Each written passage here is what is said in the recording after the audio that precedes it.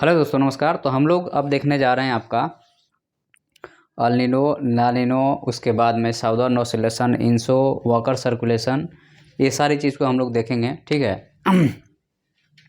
तो सबसे पहला टॉपिक हम लोग डिस्कस करने जा रहे हैं आपका यहाँ पे वॉकर सर्कुलेशन के बारे में।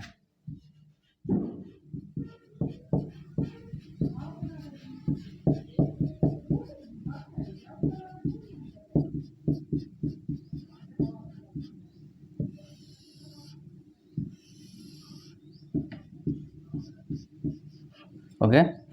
तो फर्स्टली हम लोग डिस्कस करेंगे कि वॉकर सर्कुलेशन क्या होता है। चलिए हम लोग इसकी शुरुआत करते हैं। तो हम लोगों ने जो अल नीनो अभी देखा था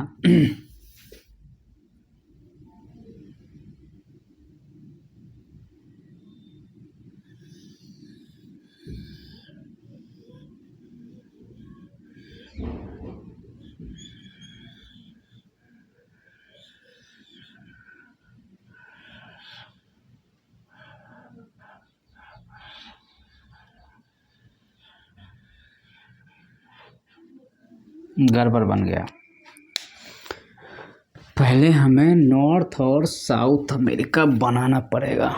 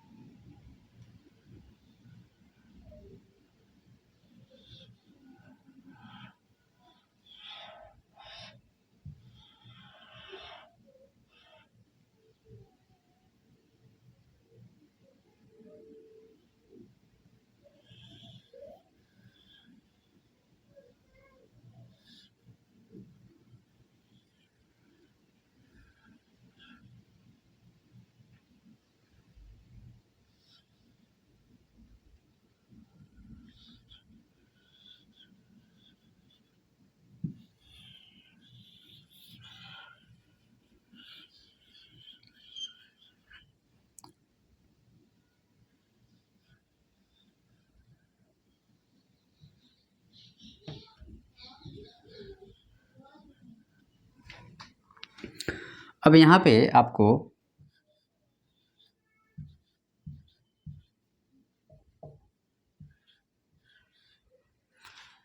आपको क्या करना पड़ेगा कि यहाँ पे एक आपका सर्कुलेशन होता है। ठीक है। तो इस सर्कुलेशन का हम लोग क्या बोलते हैं कि वॉकर सर्कुलेशन हो रहा है। और यहाँ पे कुछ ऐसा होता है। ठीक है। यहाँ पे आपका हाई टेम्परेचर लो प्रेशर हो गया, और यहाँ पे आपका हो जाता है आपका लो टेम्परेचर और हाई प्रेशर। ठीक है। तो यह जो है सो आपका वॉकर सर्कुलेशन हो गया। तो वॉकर सर्कुलेशन को जो आपका पता लगाने वाले जो थे वो गिलबर्ट वॉकर थे।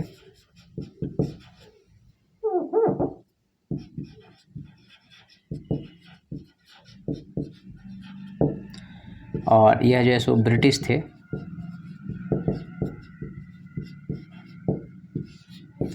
और यहाँ पे जो होता है पेरू के कोस्ट पे क्या होता है, यहाँ पे पेरू के कोस्ट पे आपका high temperature low pressure, and आपके इंडोनेशिया पे उल्टा होगा आपका लो टेम्परेचर और हाई प्रेशर। ये ऐसा हो रहा है। तो ऐसा होने से अगर ये हो पता चल जाता है तो इसका मतलब ये चलता है पता कि यहाँ पे अल नीनो का प्रभाव जो है सो अब होने वाला है या अल नीनो आने वाला है। ठीक है। तो यहाँ पे इस चीज़ को हमें ध्यान रखना पड़ेगा। तो हवा जो है यहाँ पे एक्चुअल में क्या है कि ये डायरेक्शन जो है सो आपको क्या है, ये साइक्लोन का डायरेक्शन है। तो पेरू से हवा जो चलती है या पेरू से जो करंट चलता है वो यहाँ टकराएगा, और यही इसी का प्रभाव जो रहेगा वह क्या रहेगा, यहाँ पे ये पूरे इंडियन ओशन में रहेगा। और यहाँ से जो मानसून हवाएं चल रही है उसको यह क्या करेगा, वीक करेगा। तो यहाँ पे आपको चूँकि यह आपका पैसिफिक ओशन में ईस्ट पैसिफिक और वेस्ट पैसिफिक, तो यहाँ पे यह ईस्ट पैसिफिक हो गया और ये वेस्ट पैसिफिक हुआ। तो उधर वाले ईस्ट पैसिफिक से वेस्ट पैसिफिक की तरह आपको हवाएं चलती हैं। ठीक है। और यहाँ पे आपको जो टेम्परेचर का डिफरेंस आता है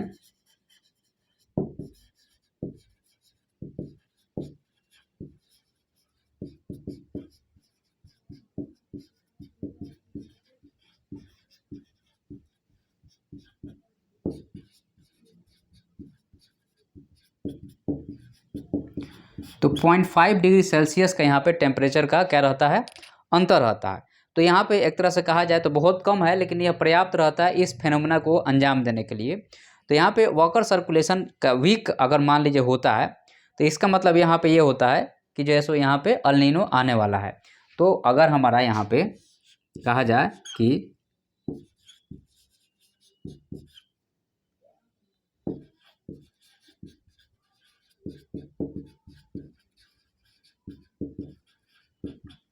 आपका अगर वाकर सर्कुलेशन जो है आपका यहाँ पे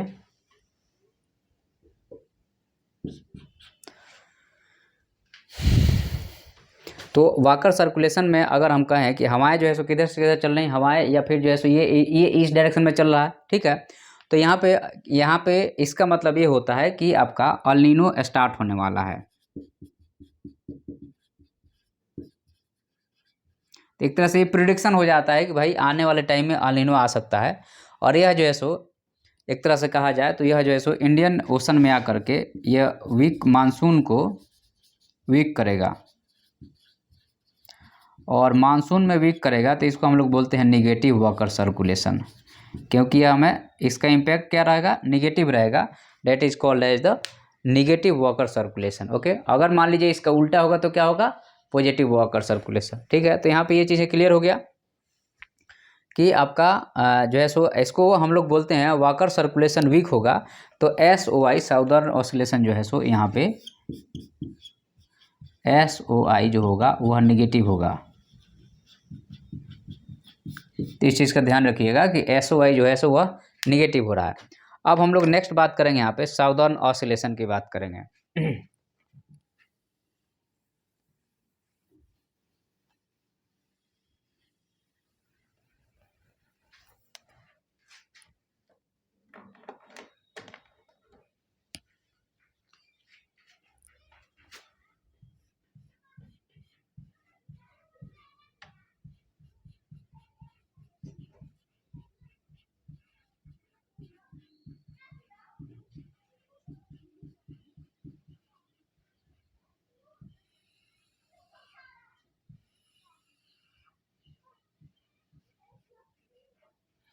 तो जो साउदर्न ऑसिलेशन यह क्या है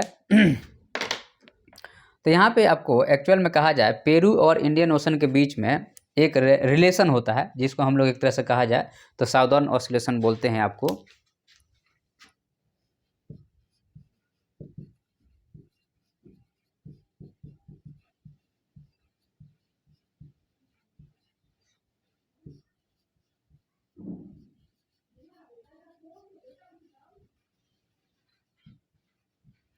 पेरू और इंडिया के बीच में एक रिलेशन पाया जाता है जिसको हम लोग साउदर्न ऑसिलेशन बोलते हैं।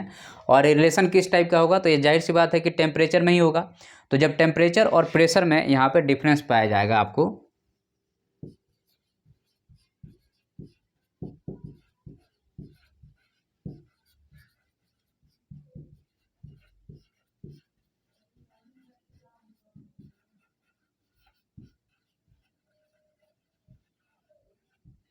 जो यहाँ पे रिलेशन में एक डिफरेंस पाया जाएगा और वह टेम्परेचर और प्रेशर में ही वह आपका होगा। ठीक है, तो इसके कारण जो है सो क्या होगा, अगर मान लीजिए कि पेरू साइड में हाई टेम्परेचर और लो प्रेशर है तो इसको हम लोग बोलेंगे कि निगेटिव साउदर्न ऑसिलेशन है। अगर हम कहें कि पेरू साइड में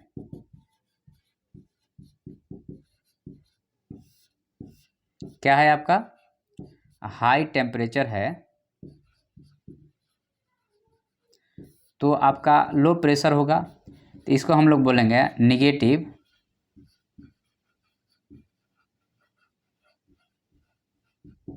साउदर्न ऑसिलेशन। अगर ऐसा होता है तो यह क्या होगा आपका निगेटिव साउदर्न ऑसिलेशन होगा। और अगर ऐसा होता है तो आपको इसका मतलब यह है कि जब निगेटिव साउदर्न ऑसिलेशन होगा मतलब अल नीनो आ रहा है।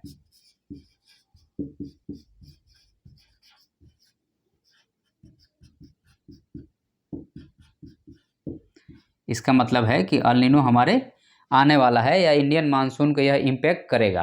क्लियर हुआ यहाँ पे, तो ये चीज़ों को हमें ध्यान रखना है। तो यहाँ पे अगर निगेटिव, अब यहाँ पे है कि अल नीनो आ रहा है, निगेटिव वाकर सर्कुलेशन जो है सो एक तरह से कहा जाए तो आपको यहाँ पे क्या चला गया कि जो आपका वाकर सर्कुलेशन निगेटिव है तो उसका इम्पैक्ट हमें देखने को मिला।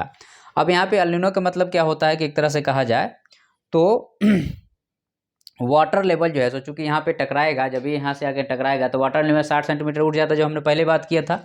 तो यहाँ पे यह जल जो है सो एक तरह से दबाव से वह जल नीचे जाएगा और पेरू साइड जो है सो एक तरह से कहा जाए तो अब यहाँ पे चूँकि यह उठेगा, यहाँ पे यह जल उठेगा यहाँ सुलवेसी आइलैंड में, और फिर चूँकि लगातार ये अटैक मारेगा, मान लीजिए हमने इधर से मार रहे हैं तो उठेगा तो फिर जाकर कहीं दबेगा और दब के जाकर नीचे जो है सो पेरू साइड से फिर से उठलेगा, तो ये एक सर्कुलेशन बन जाता है, ये पूरा पूरा जो है सो एक चेन बन जाता है। और इसको जो है सो हम लोग एक तरह से कहा जाए कि ऊपर गर्म और नीचे अगर ठंडा रहता है तो इसको हम लोग थर्मोक्राइन बोलते हैं। और ये इसका हम लोग ओशन थर्मल एनर्जी कन्वर्जन में इसका यूज करते हैं या बिजली पैदा करते हैं हम लोग। चलिए हम लोग अब नेक्स्ट हम लोग देखेंगे आपका मोडोकी या जो है सो मोडोकी क्या होती है उसके बारे में थोड़ा हम लोग देख लेते हैं यहाँ पे।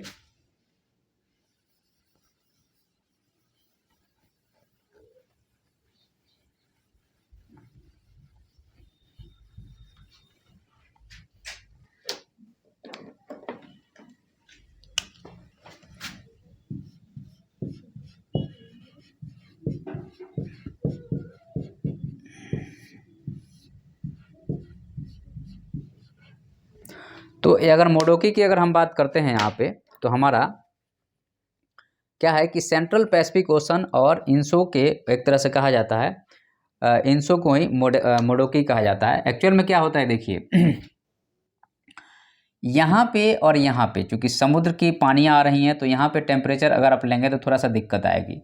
मान लीजिए कि हमने सेंट्रल पैसिफिक ओशन में और यहाँ पे हमने ले लिया तो यहाँ पे यही अगर प्रेशर का डिफरेंस हो गया तो यही भी कारण जो है सो हमारे मानसून को क्या करता है, वीक करता है। तो हम लोग को मेन जो है देखना है आपका मोडोकी वाले केस में हम लोग यहीं का ऑसिलेशन देखेंगे, हम लोग यहाँ का नहीं देखेंगे, ठीक है।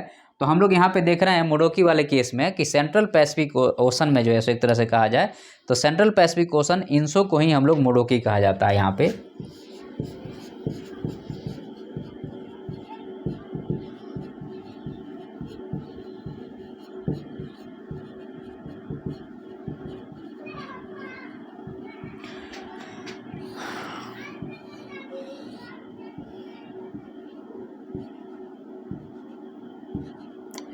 अब यहाँ पे हो गया आपको, ये हो गया आपका western Pacific ocean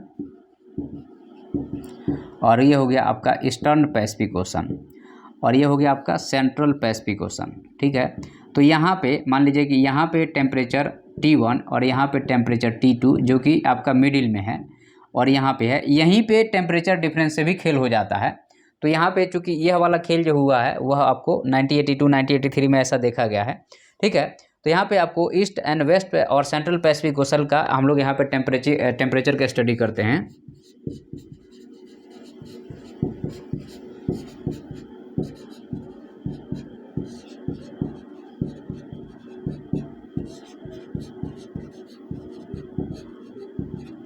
east west और पैसिफिक मतलब ईस्ट वेस्ट और सेंट्रल तीनों का हम लोग यहाँ पे टेम्परेचर का स्टडी करते हैं,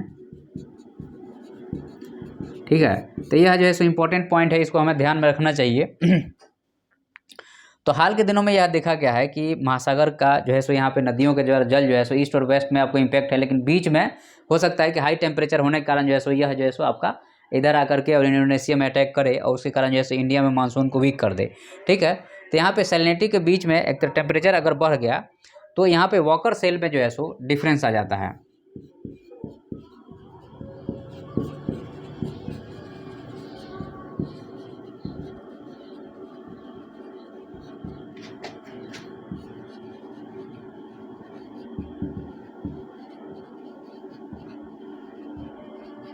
तो यहाँ पे आपको वॉकर सेल में डिफरेंस पाया जाता है, उसके कारण जो है सो हमारे मानसून पे फर्क पड़ता है। नेक्स्ट आपका है यहाँ पे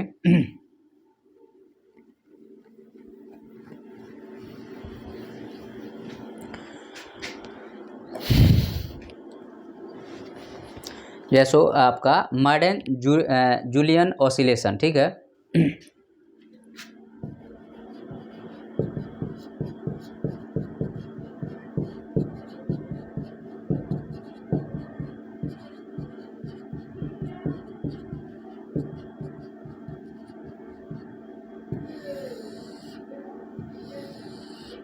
तो आपका मॉडर्न जूलियन आइसोलेशन क्या है, इसके बारे में अगर हम बात करें आपसे, तो इसमें मेन पॉइंट जो है आपका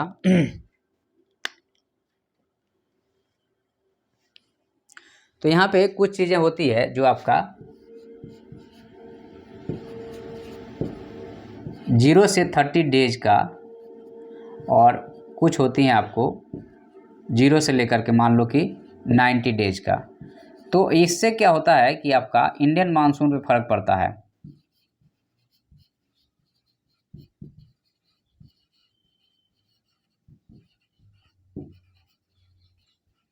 और इसमें क्या होगा, मेनली हम लोग जो है सो टेम्परेचर का डिफरेंस काउंट करेंगे, क्योंकि मानसून तो 3 महीने का है। तो 0 से 90 डिग्री या 0 से 90 डेज या 0 से 30 डेज में बहुत फर्क पड़ जाता है। तो इसको हम लोग यहाँ पे जो है सो हम लोग इसको देखेंगे, ठीक है। तो यहाँ पे जो आपका 30 डेज वाला स्मॉल स्केल स्टडी है,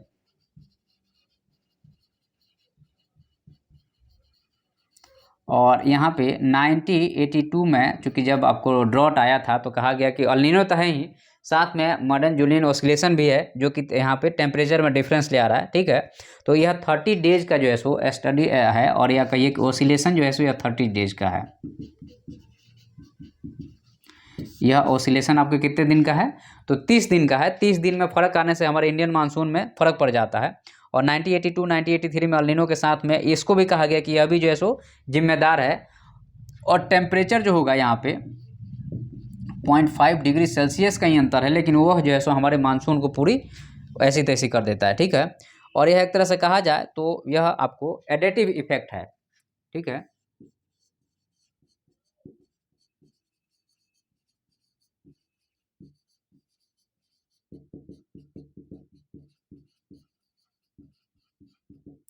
यह एक एडेटिव इफेक्ट है काहे में, अल्नीनो में, जो मानसून को वीक करता है, कमज़ोर करता है, उसमें यह जो है सो एडेटिव इफेक्ट डालता है और मानसून को वीक करता है, ठीक है। तो यहाँ पे मई जून जुलाई ये 3 महीने तो हमारे मानसून होते हैं, और इसी 3 महीना में ये पूरा खेल हो जाएगा। तो इसलिए हम लोग इसको ध्यान से देखेंगे। अब नेक्स्ट हमारा है लानिना के बारे में।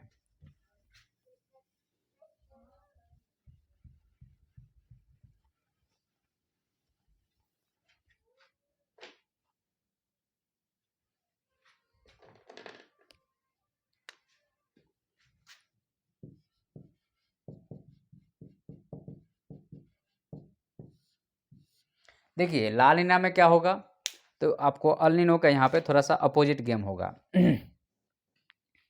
तो यहाँ पे आपका क्या होता है, जनरली हम लोग क्या देखते हैं कि यहाँ पे हाई टेम्परेचर, यहाँ पे लो टेम्परेचर है।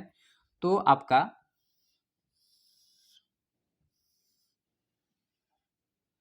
तो जनरली जो अल्नीनो में यहाँ पे हाई टेम्परेचर, यहाँ पे लो टेम्परेचर, हाई प्रेशर, यहाँ पे आपका हाई टेम्परेचर, लो प्रेशर, ठीक है। तो एक्चुअल में क्या होता है यहाँ पे कि आपका जो ये हाई टेम्परेचर है, ये लो प्रेशर है, तो यहाँ से आपकी हवाएं चलेगी, यहाँ से आपका जो है सो ये वाटर का लेवल चलेगा। और यहाँ पे हाई टेम्परेचर है तो यहाँ पे ये जो है सो वेपोराइजेशन होगा, और आपको कन्वेक्शन के कारण फिर जो है सो यहाँ पे रेन होगा। तो इस एरिया में जो है सो क्या होगा, टेम्परेचर और ज़्यादा कम हो जाएगा। और यहाँ पे आपका है इंडिया है, तो ये आपका पानी ये जो है सो ठंडा पानी आएगा यहाँ पे, और यहाँ पे और ज़्यादा इसको टेम्परेचर को लो टेम्परेचर कर देगा और हाई प्रेशर कर देगा। तो यह मानसून जो है बहुत तेज़ हो जाएगा यहाँ पे, और इंडिया में फ्लड आ जाएगा। समझ रहे बात को। तो ये जो है सो अल्नीनो का सीधे सीधे जो है सो अपोजिट है, ठीक है। और यहाँ पे आपको ऐसा देखने को मिलता है, इसके कारण जो है मेनली जो है सो हमारा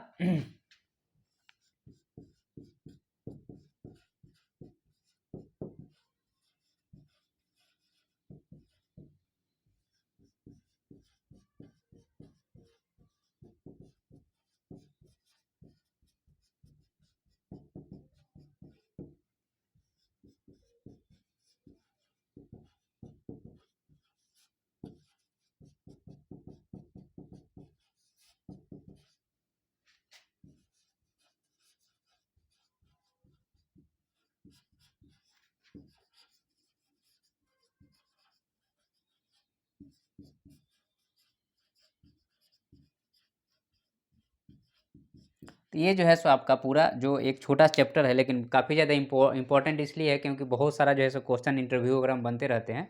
तो हम लोगों ने इसको आज कंप्लीट कर दिया। अब हमारे पास बचा है 2 चीज़ें। एक चीज़ हमारा साइक्लोन बचा है, वेदर फोरकास्ट बचा है, और फिर जो है सो आपको क्लाइमेट का क्लासिफिकेशन जो है, ये 3 चीज़ें बची है। इसको कर लेंगे तो हमारा यह जो है सो आपका क्लाइमेटोलॉजी ख़त्म हो जाएगा। तो चलिए हम लोग यहाँ पे इसको एंड कर रहे हैं।